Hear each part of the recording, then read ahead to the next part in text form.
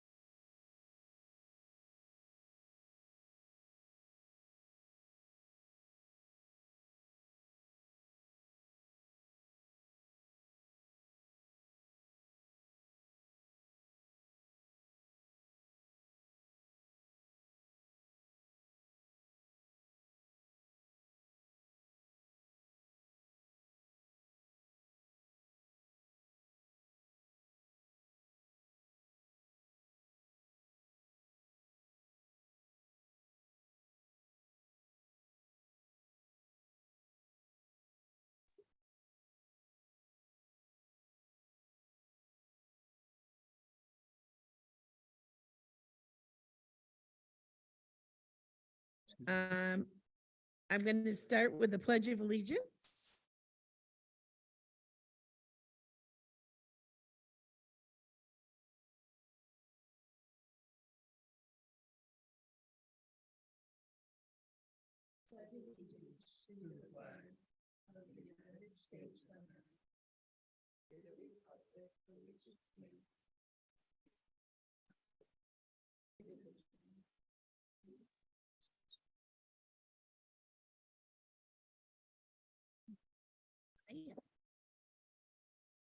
I want to welcome everybody, and I will start with Jay for audience introduction. Jay Nicholson, bus driver. Heidi Connolly, Director of Special Education. Abby Terrio, AP Gov student. Kurt Rowley, AP Gov teacher. Isaiah Campbell, AP Gov student. Welcome, everyone. Okay, we do have some adjustments to the agenda. Could I have a motion, please? And a second? Second. Okay, I don't think we need any comments. We can raise our hand because no one is online for the board. All those in favor? Motion carries. Consideration of the minutes of November 22nd to 2022 board meeting. Could I have a motion, please? So moved. And a second? Second. Is there any revisions, corrections, any comments?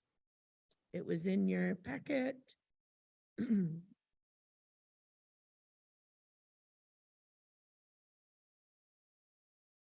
Since I missed, how many years has Brad been here, Conant?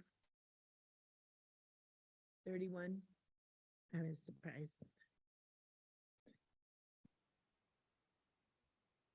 Seeing none, all those in favor? Oppose, not voting? All right. Public comment. This is the time the public can make a comment respectfully. Is there anybody online? Okay, anybody would like to speak here? Seeing none, communications. There is no new communication. Yeah, they lost our address again. Okay, new business is why Mr. Rowley and the kids are here, so come up to the mic.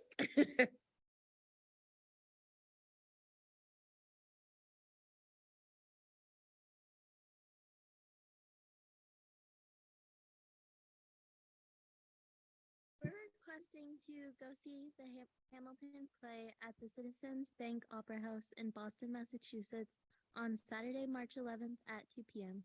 Hamilton, the play, will provide context for a number of concepts in AP Gov, including the Revolution itself, arguments for and against the Articles of Confederation, the issues and arguments regarding the Constitutional Convention, background for the Federalist Papers, and last but not least, historical perspective and food for thought regarding early issues of race. Thank you. Is that the presentation? Yes. Okay, any questions? Bruce? How many people are you asking to go and how are you getting there? And is it an overnight trip or this is down and back? This is down and back, just my wife and I and these two and my vehicle. Your vehicle? Yeah. Okay. Any other questions for them?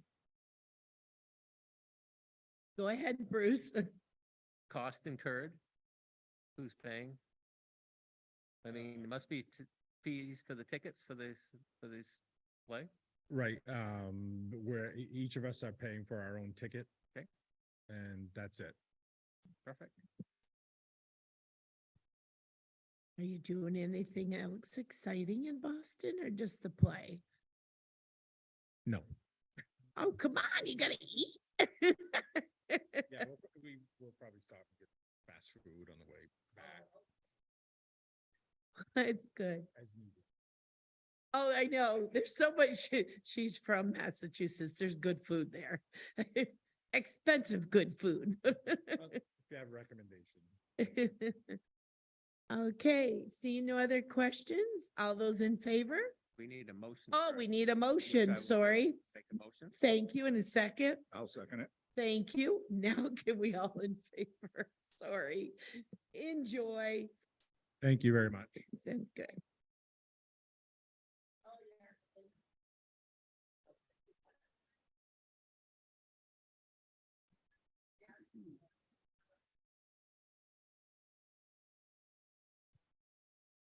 The next item is approval of the new job description. Oh, it is a new job description of learning facilitator, which was in, of course, I take it out of, in your packet. Do you want to explain? I certainly can. So this is a job description for a position that would, it's more like a stopgap position. So right now, as you know, it's hard to hire certified staff for most of our positions, Ed Tech 3s included. So when I was talking to the Department of Education certification earlier this year, they suggested that we, for people that we are trying to hire that are not certified, to put them in as learning facilitators. Learning facilitators would do the jobs that we had posted as like an Ed Tech 3, but they're not certified and they would have a year to get certified. So I took the information from that to our personnel committee to talk about, like, do we want to add this type of job description? And I also met with the Derigo Education Association on, this is a potential job description that's different than what we have. So the complicated part of this is, it's not a position that we would post. Like, we're not posting, we need a learning facilitator. We're posting, we need an Ed Tech 3. And if we don't get certified candidates, but we have somebody who's interested that we think could come in and do a good job, we could hire them on as a learning facilitator. They would have a year to do, there's a program through the Department of Education that they can get certified as an Ed Tech in a year. So they would be responsible for doing that program in that year. In the meantime, however, they come on as an employee, so they get paid, they have benefits. So they get the benefit of being an employee with the benefits that we offer here in RSU 56. We get the benefit of having a good person come in and get certified while they're here working for us already. So it really is a stopgap position. So the first part of it really is pulled right from the MOA that we have with the Education Association. The second part is the job description of an Ed Tech 3, because that's what we need them to do. Like, they're coming in to be an Ed Tech, they're just not certified at the present time. So basically, it's a way for us to get credit for people in positions that we wouldn't get credit for if they were in as a long-term sub through our ED 279. And if we hire somebody like an Ed Tech 3 and they're not certified, we actually get dinged on our ED 279 because they're not certified. So this helps us, and it helps the people potentially coming in, because they would be working full-time for us. Questions? I have a couple. Okay, an Ed Tech 3 requirement, isn't it still a college degree? So it's the equivalent of, so you can have X amount of credits Credits. and not have a BS. Okay.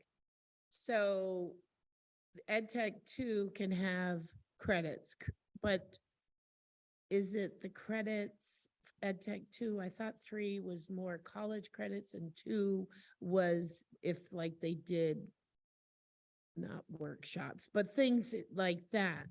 Yep. So an Ed Tech 1 has to have a high school diploma. Yeah. An Ed Tech 2, don't remember the exact 2 number. years, right? It's the equivalent of 2 years years of of college, college, but it yep. doesn't have to be like an associate's degree. It's just credits enough to be 2 years of college. An Ed Tech 3 is the equivalent of 4 years of college. Again, you don't have to necessarily have the BS. You have to have enough credits, similar credits as you would for a BS. And the credits don't have to be a college class.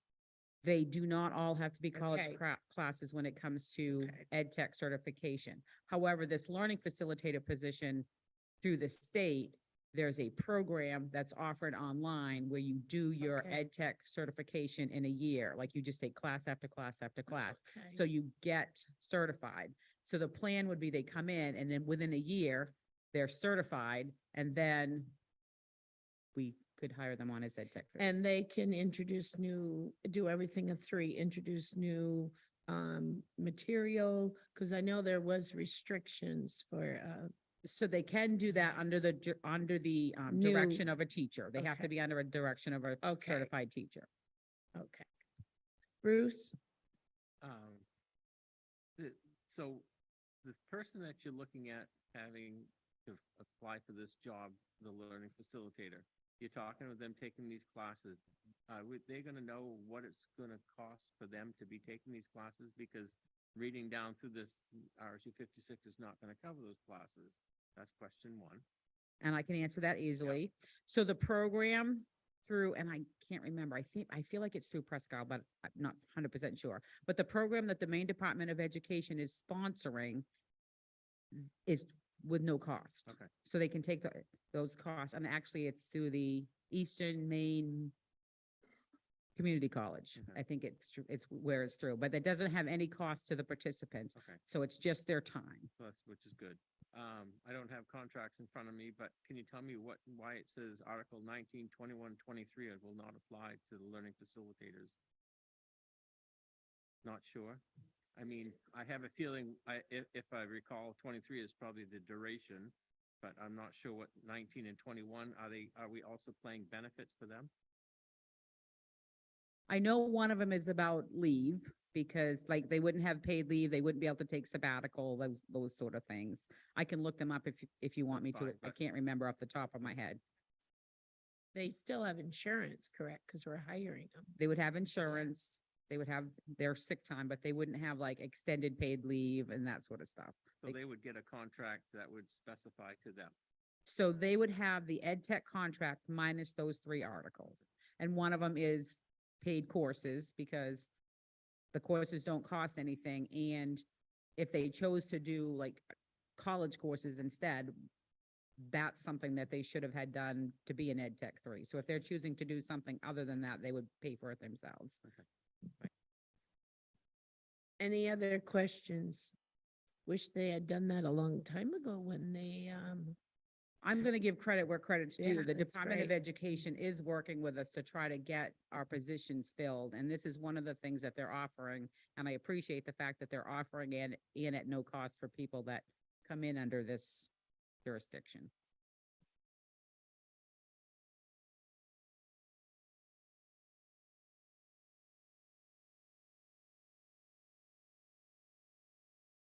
So I do have a, go ahead, question. Mary Ann.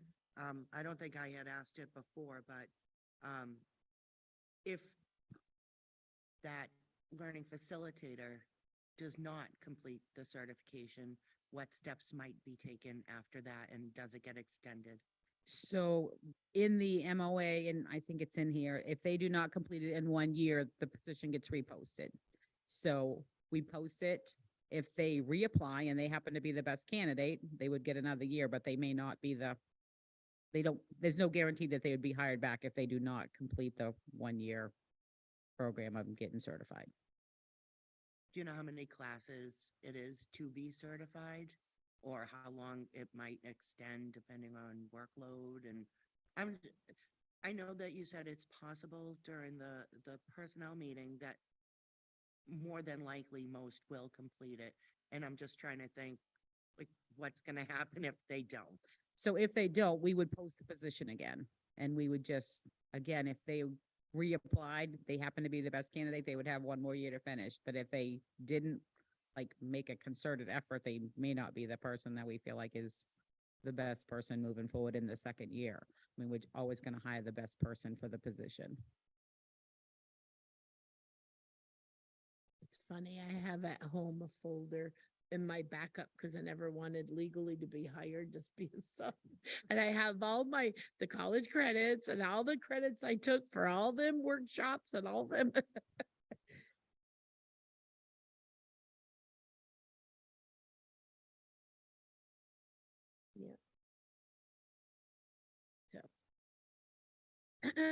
So I do need a motion to approve this job description. And a second. Comments, questions? Seeing none, all those in favor? It's approved. All righty. 2.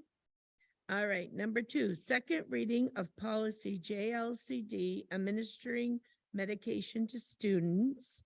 And I am presuming, since I wasn't there was no changes since the first reading. And I do know this was just going with the new laws and the nurses had put this proposal. So could I have a motion, please? And a second? Comments or questions? Seeing none, all those in favor? Thank you.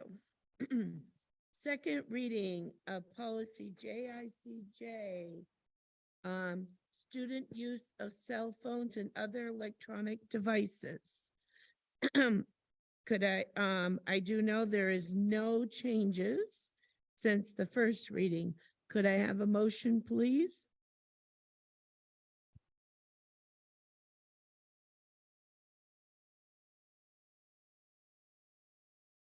And a second?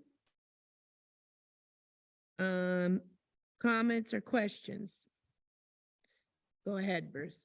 Well, it was a part of kind of concerned with, again, I approached this with Brian, wondering with our cell phones, why our devices aren't doing everything that they are appropriately made to do.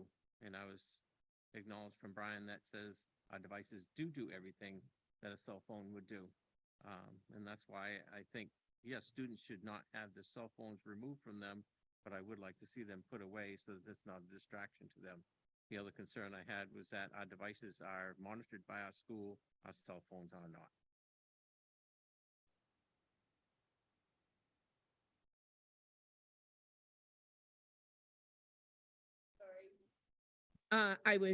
Who was first? Mary Ann?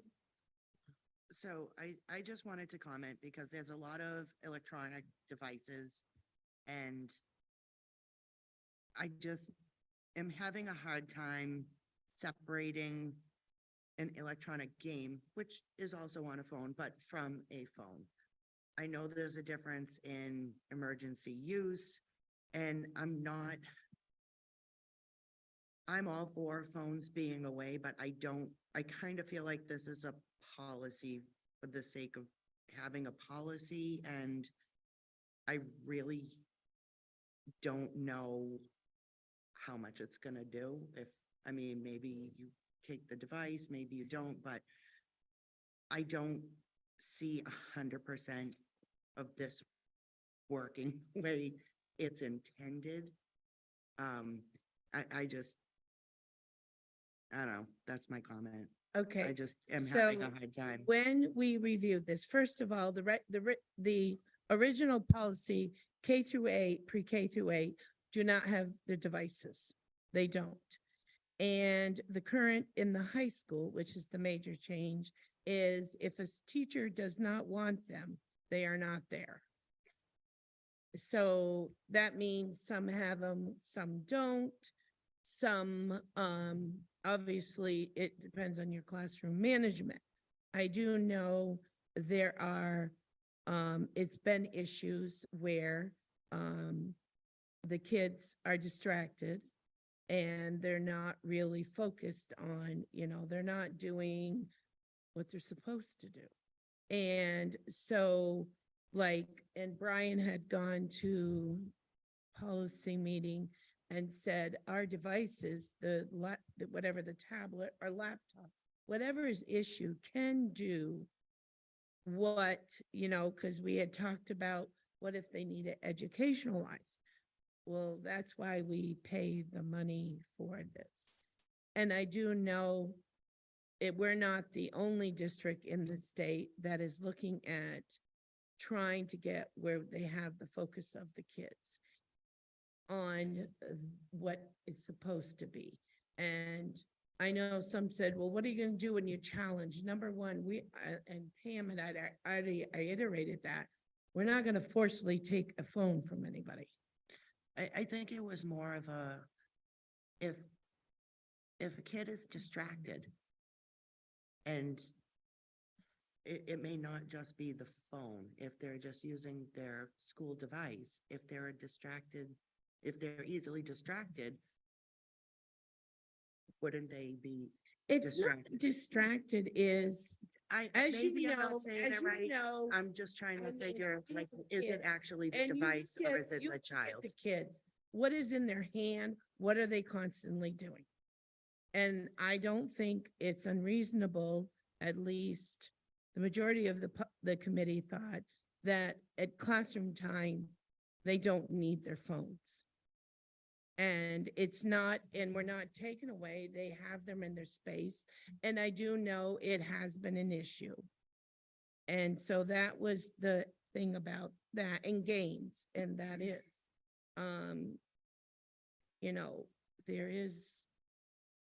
So and I used to be when they first had the policy before we did it, and it was Dr. King, and he goes, you can't enforce it. But then it got so bad, we had to do something. And I mean, it's where it's an attachment. So, and I think just adding it so we are consistent K through 12. So you feel that the distraction, I'm not sure it's just the phone, because if a student is distracted and I mean, yes, having a cell phone is not going to help that. But if they are distracted easily, I'm not sure that the problem doesn't lie with the student focusing, if I'm saying that correctly, and not just the phone. So how do you discern the difference? Because we're gonna vote on this policy that blames the phone as the main distraction, and it might be Where other does things. that say Not- that it's the main distraction? Well, all Because of to the me, a personal teacher, electronic any devices. level, a teacher can see, is it the phone, the item, or is it something learning, something that needs to be addressed? That's what educated staff do. They understand, you know, what's happening, what's going on, is it an issue? What is the things? Is it more of an issue in the classrooms, or is it other places, or does it not matter? I think you can attest to this because you know who has come to the office referrals. Sorry, if the teacher allows the phone or whatever device in their classroom, generally speaking, is the problem mostly in the classroom, or is it other places? Issues with phones come from all places, in classrooms, in the hallway, in the lunchroom, at home in the evening. Like, they come from all places. And so this policy's attempt is to run classrooms where we just take that out of the equation during academic time. And I will say that when I introduced this to the students during the last assembly, I said, so if you ever had, she won't mind me saying this, I'm sure, if you've ever had Miss Fletcher, it's just gonna be like that in every classroom. And that's basically what they did. They just nodded. I asked if there was any questions, and the students were pretty clear on what that expectation was gonna be during academic time. All right, Liz. Oh, I'm gonna do Liz first. Yep, Liz first. Okay. I've subbed in the middle school and I've subbed here. The middle school, it's not enforced. Whenever I've been at the middle school, phones have been allowed in the classrooms. I've seen it as a sub. So saying that they're enforced up there, that might not be absolutely correct.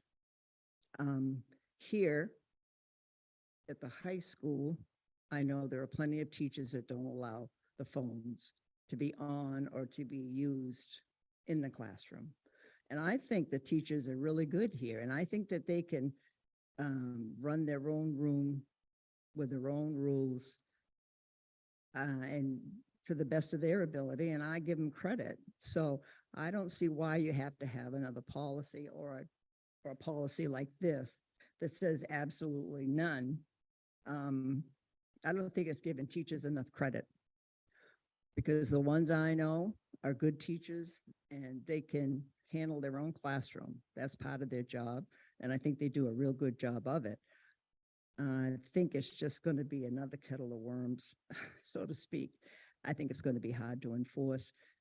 The kids use them in the bathrooms. I know that. I've been in the bathrooms when the girls have been in there. I don't go to the boys' room, obviously, so I don't know. But I've also subbed when the kids have gone out of the classroom and been in the bathrooms for like 20 minutes, and I've had to send someone to go get them, and they're using their phones in there. I just think it's going to be a nightmare to try to get control under it. And I also think that teachers can teach kids responsibility by teaching them how to use and when to use their phone. That's part of maybe their education. Phones are a big part of society. We use them all the time. And I think educating them on how to use a phone, when to use a phone, the proper use of a phone, and when it's not respectful. And that's when a teacher's teaching. I think that's part of the learning process. Any other questions or, Heidi, go ahead, Heidi. Hi, this is Heidi Brimhall. I'm the world language teacher at the high school. I just want to speak from my own personal teacher's perspective. It is absolutely the board's decision what they want to do with the policy. I personally would like to see the part of the policy that says that phones need to be stored and put away. That students can keep the phones like close to their person. That, you know, like there wouldn't be like a basket or anything like that. Like the students can retain possession of their phones. But that they should be stored and put away. It is very easy for me to police lids down in a classroom. Especially in some of the bigger classes that I have. It's easy for me to see if a laptop lid is up and for me to say, okay, put that laptop lid down. It's harder for me to catch phones when it's just one body of my, like when I'm the only teacher in the room and there's 20 something kids in my classroom. It's easy for me to say to a student who needs to use the restroom, yes, you can go, but your phone stays here. You can check your phone between classes. If it's an emergency, I believe that a parent can call the school and a student can be called to the office. That's just my personal opinion as a teacher here at the high school. And again, like it is absolutely the board's decision what they want to do with the policy. I think from my own perspective and what I see in my classroom on a daily basis, it would be easier for me to enforce a phone policy if the policy specifically stated the phones needed to be stored. I don't even care if they're off, just stored out of sight. And then I will take care of whether the laptops are out or not, and I can take care of whether the phone goes to the bathroom or not. And if a student has an emergency or there's something going on at home, they can certainly request to go to the office. I had a student do it today, said, this is my mom calling. Can I please take this phone call? And I allowed them to do that. They stepped out into the hallway. So there are ways around it. I do also would appreciate a little bit of teacher discretion for the times when classroom projects, it's just going to be easier to do them on the phone than it would be on the laptop because of the cameras. So I would just like the board to take those points into consideration. That's all. Any other comments or questions?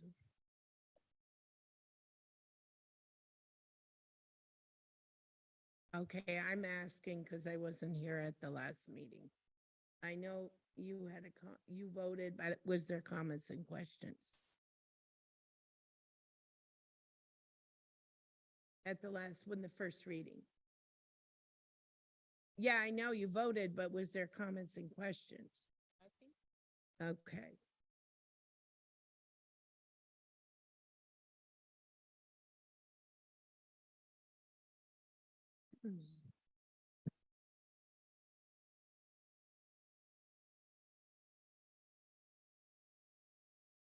So my question is, which I can do a vote. I mean, we have the policy, we have a policy. That's not something out of the blue. What we have in yellow are the revisions,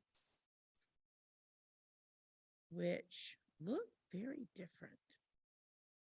Because you took out the ones. So just so I'm clarifying, can they use them at lunchroom? At the high school level, yes. Okay, okay, I see that now. I'm trying to figure out. All right.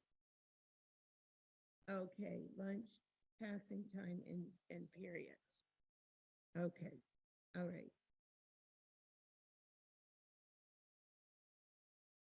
All right, so do we have any questions, comments? Okay, go ahead, Deanna. In the policy that you have right now, without the revisions, it left it up to the teacher's discretion, and in the updated one, it says by administration. So what was the thought behind that change? The change in educational purpose? No, it says except when the teacher or the building principal authorizes for specific education.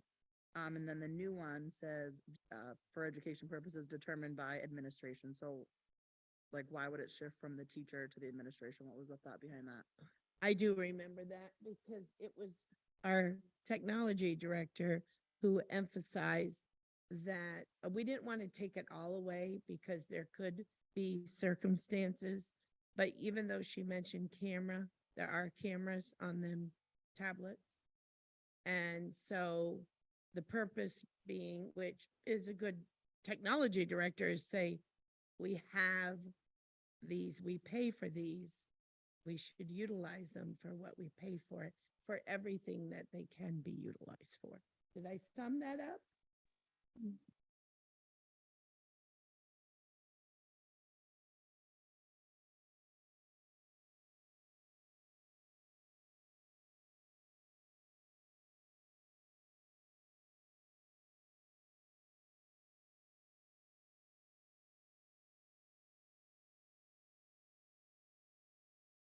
And I get that, but my question more or less was like, what was the problem of leaving it up to teacher discretion? So if some teachers are fine with having the devices used in their room, and then, as you said, there are some teachers that are not fine with it. To me, like reading that, it sort of sounds like you're taking that back a little bit, and so the teachers no longer have that ability to make that They, decision. for educational purposes, but that was the time. You have any comments on that one? No. Yeah, go ahead. I'll just say that at the last meeting, when they had the discussion, PM explained that the administration could give a blanket permission to teachers. Okay.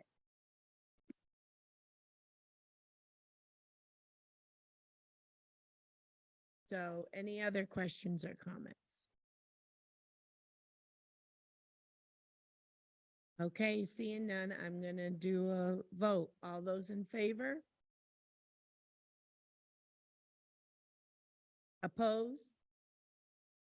Motion carries with one negative, because I know you want me to announce it. I remember that, because people are listening. And you've already announced it to them, so that will be, all right. Sorry, I'm losing my spot. Oh, there it is.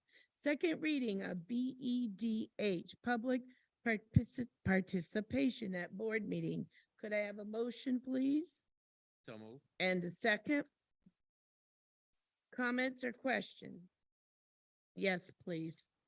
At the last meeting, there was asked to be clarification around the time that individuals could speak as well as the 60 minutes total for public comment. So please look at those again tonight to make sure that that's captured in the way that the board wanted them to be captured.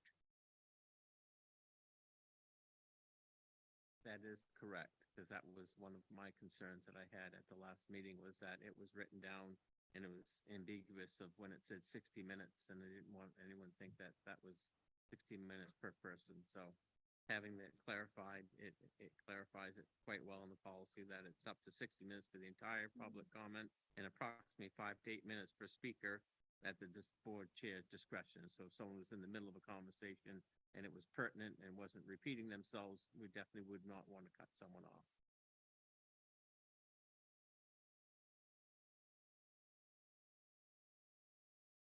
I turned it off. Any other comments or questions? I will say, since I wasn't here at the last, when I found out they had revised this, I did ask quite a bit, and I can tell you all over the state, everybody's doing it differently. It is amazing to see how they're doing it. And so I came away more confused, but I think, I said as a board, we really have been, we are listeners. We listen to our public, and I think we have displayed that. And then it thought, but when we have meetings, how long can we do? But we also have the discretion when it's something vital that we can continue. So, and that's what we used to do in the past. When it was a major issue, they were on the agenda, they actually picked people to speak. And when you have 300 to 400 people here, you can't have everybody speak. But I think we've had circumstances, and especially now, people want to be heard, but it also gives them to get to the point and to be ready. So any other questions or comments? Seeing none, all those in favor? Opposed? One opposed. Motion carries. Old business. Bruce, you're here because Angela's sick. Well, Region 9 had their monthly meeting on December 7th. We went through little bit update on the grant that we got approved of and has been ratified. We voted to ratify the acceptance of it. Is now moved to the next step, which is more or less an organizational type step. We'll be moving forward to eventually getting, once we organize things, of getting someone to oversee the whole thing and get the ball rolling. So it's all like a cookbook type thing of any type of grant. You've got to follow each step as you go, but it's slowly starting to move forward. They've been contacted by a solar company, wanted to give them a pitch on whether we want to join that. So that's all an informational thing that they're moving forward with. I asked about how the new superintendent's advisory committee is working, and it seems like it's working better now, is what I've understood. It seems like they're meeting more regularly, and it seems like we finally got some good communication going, which was the main source part that we had. Region 9, part of their other thing is that they had some issues with water. They've had all the tests done. They had some sinks that were above the limit, but the sinks have all been marked they're like in some of the, when I say sinks, it isn't some sink that you're drinking any water of. So anything that is a drinking capacity is tested fine. They're going to do a second round of tests. And as soon as those get back, then they'll know what they need to do to correct the problems with that. If anyone had a chance to drive by Route 2, you would see that Region 9 is lit up. They're having a holiday light show. It's today and tomorrow from 5 to 8 o'clock. It's a drive-through. I slowed down and looked at it. They've done some very nice job with it. So if you're out for a little drive and you want to see a nice holiday light show from 5 to 8 tonight and tomorrow night, I think that's pretty well everything. Thank you. Any questions for Bruce? So if Barbara can wrap this up and, Superintendent's report. So I just want to report out that this is the annual Spirit Week. So the three schools compete against each other for different events during the week. Like Monday was PJ Day. Today was Tacky Taurus. Yes, I changed before I came. Tomorrow's Winter Wednesday. Thursday is Ugly Sweater, and Friday is Fancy Friday. So wear your bling. So if you come to school on any of those days, feel free to join the festivities. I also want to remind everyone that we do have an early release next Wednesday, December 21st. Student dismissal begins at 11:30. We will not have a late arrival Wednesday that day because we're not going to do late arrival and dismiss early. So, and I just wanted to let you know that I did participate in 2 outstanding webinars since we've met last. One was sponsored by the Maine School Superintendents Association, where we were able to hear from the 3 superintendents from the schools who had those hoax school shooter calls. It was very informative. They gave some insights on things because obviously the first 2 schools thought that it was a real situation. So their reaction to it, their response to it provided some insights on how we might want to think about our emergency plans and different things. For example, one easy thing was they had their laptop, the technology person had their laptop, but the police really needed the laptop to monitor the cameras within the schools on the laptop, which tied it up so it was hard to get information out to people through online sites. So having multiple laptops available at incident command center would be helpful. So those kind of things that you don't really know the flow of it until you're into it. So it was very, very helpful, and my heart just really went out to them because it was really a traumatic event for those schools. And then I also was able to participate in a webinar from Drummond and Woodsum on transgender and gender expansive training around the laws and in schools. It was really insightful and important information. I did take notes at both of those trainings and was able to share them out today with administrators as well as my notes in full to the administrative team. Before I invite Ms. Conley up, I will say that I have just one transfer to report out. Sean Murphy, who is currently a special ed Tech 3 at Derigo Elementary School, has accepted the Derigo Elementary School Technology ESSER position for Mr. Keene. So you can see they're sitting far apart because we're vying over over good people. But so that position will be transferring after the break with a little transition period, and we have already posted for an Ed Tech 3 for special ed. And then if you don't have questions of me, I will invite Miss Conley up for her report. We can make it to the light show. Okay. Am I good? Okay. So thankfully, you will not have to hear me speak about the DOE audit again, at least for a year or two, because we are done. The corrective action plan was completed. They did an on-site visit this fall, and I really had one letter of assurance to send to them, and that's been done, and they've closed the ongoing audit process. So I'm thrilled to report that out to you. I then just wanted to share a few numbers with you because I usually do update you this time of year in terms of how many students we have in our special education program. And this does include out of district placements. So we have 132 students identified receiving services. That puts us at about 17.5% of our total student population. The average for the state of Maine, the last reported was 2021, and that was 19.4%. So we are below the state average. We are above the national average, which is at about 15% right now. There is always a big push for least restrictive environment and making sure we're giving students interventions prior to referrals to special education. We have a pretty good process going here in this district, and we're continuing to work on that. So I feel really good about where we are in terms of national numbers and across the state. We're moving in the right direction for sure. We, although with the caveat that last year around this time, I reported out to you, we had a total of 3 special education referrals. This year, we've had 14. So that is actually more than our total special education referrals from the prior year.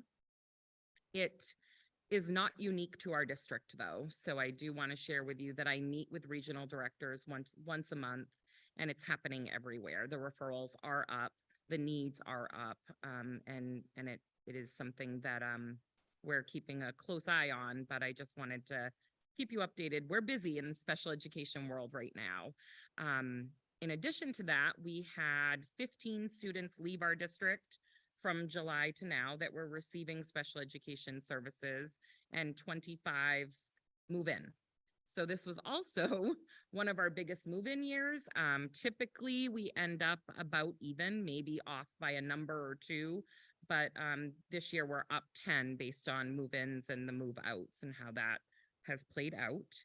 Staffing wise, we are really lucky to be fully staffed with certified teachers in the special education department. We do have a couple of openings, Ed Tech 3s, one that's very recent, technology director.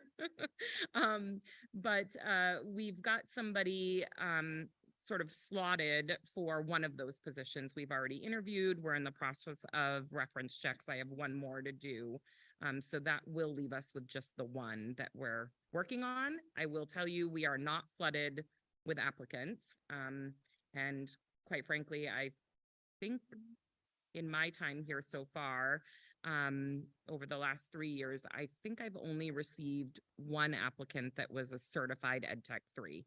So I personally am really happy that we're going to have that learning facilitator option while people are getting what they need to be fully certified. Let's see, goals I'm really focused on this year. I am really pushing for students to be present in their IEP meetings, obviously age appropriate, but certainly a high school level student, many of our middle school level students should be there. And I go to many meetings, and the student we're all talking about isn't there to talk about what they need and what they're looking for, what helps them. And so I'm really going to be focused on training up, starting with high school special ed teachers, how to hold student-led IEP meetings. So really allowing the students to take charge of their educational plan, plus just practicing those self-advocacy skills that they will likely need in college, in the workplace, and beyond. So that's a big goal of mine, along with looking at sort of developing a menu of options for professional development for our ed techs, because we have a lot that we do with our teachers, but our ed techs sometimes aren't getting the same meaningful professional development within the district. I certainly support them taking different classes and workshops outside of our district, but I'm kind of thinking on those days when we're doing something within the district, what is it that we can be offering them that really applies to their roles? So I'm hoping to really work on that this year as well. Let's see. Our reimbursement from main care billing, we usually get that summary in July. So I have that total for you. And what we're billing for is psychological services, which we recently have added, occupational therapy services and physical therapy services for students that do have main care. And we do get some reimbursement for that. And this year, we were reimbursed $22,355. So that was for this year. And then my last bit, which is really exciting, and I'm not sure I've been with a district where I've gotten to be a part of this, so I'm thrilled about it, is that we've got a student that is in the process of successfully transitioning back from the Western Maine Foothills program into the public school system.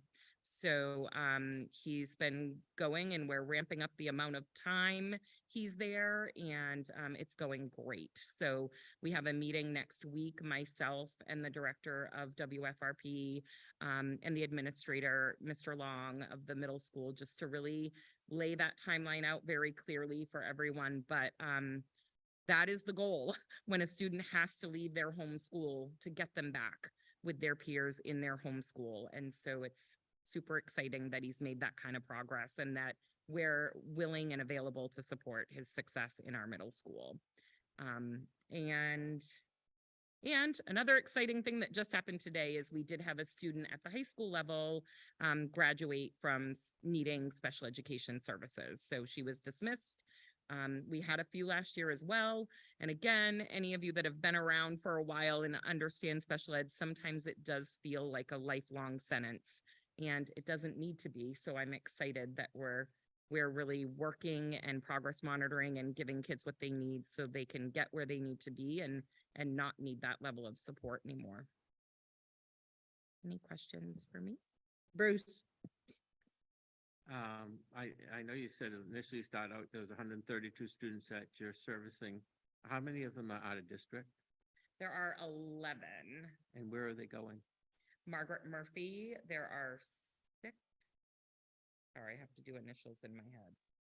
6 going to Margaret Murphy. So those are generally your students with some significant cognitive disabilities. Okay.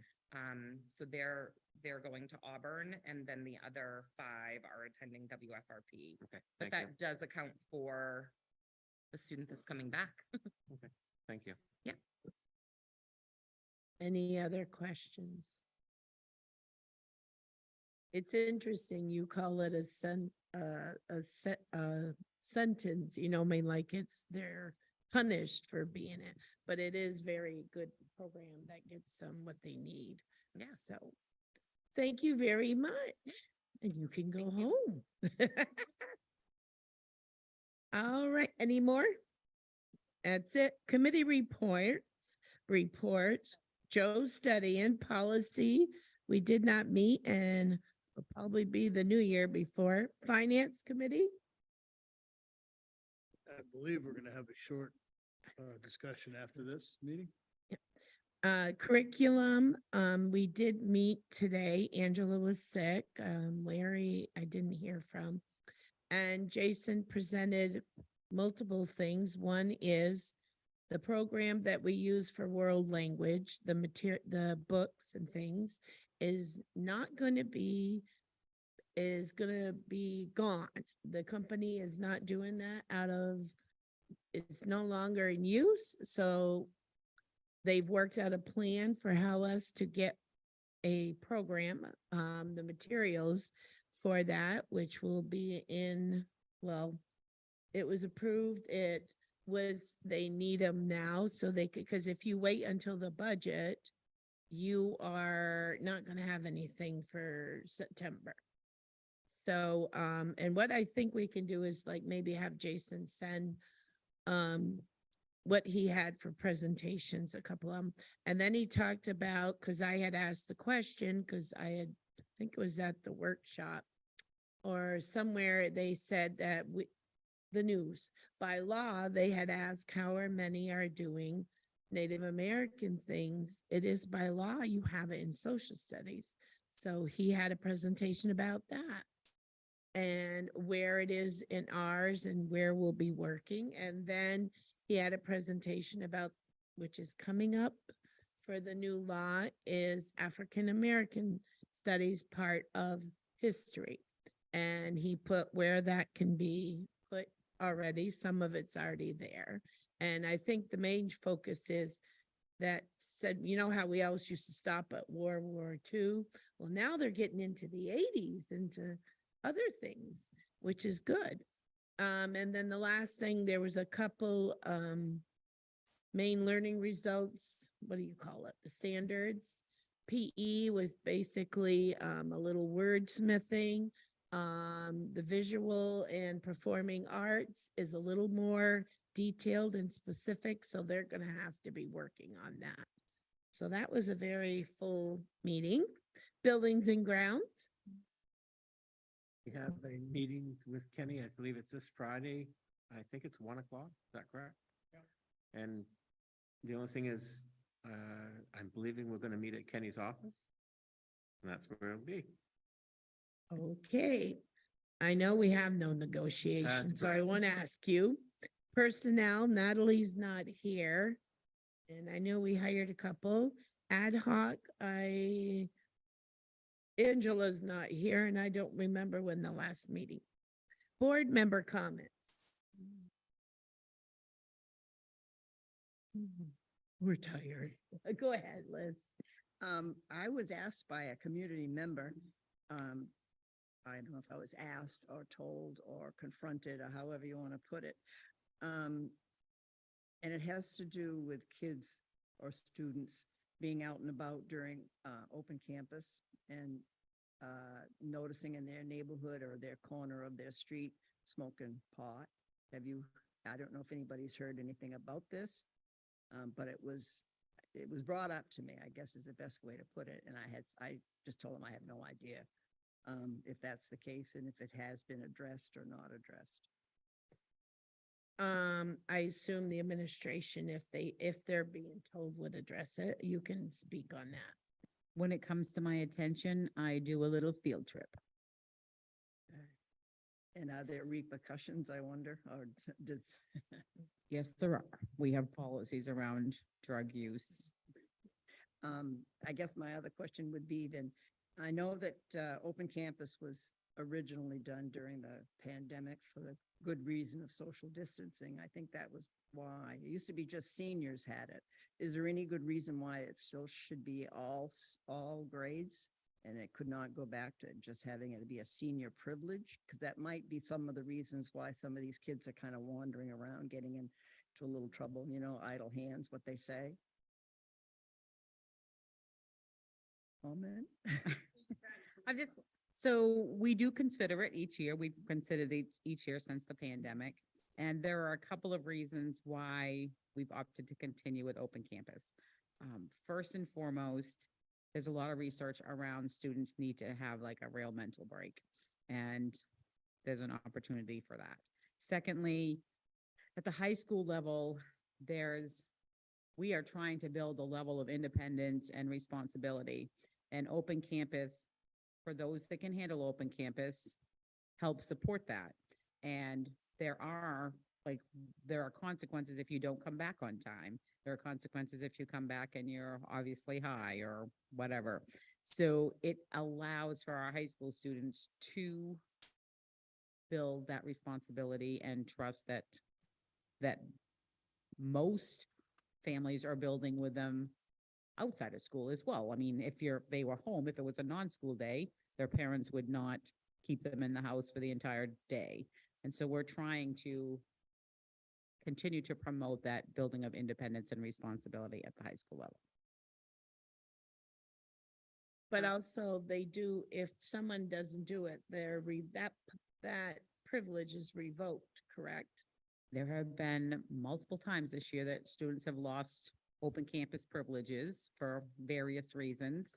And you don't have open campus privileges if you're failing classes, so there's an incentive to be passing your classes.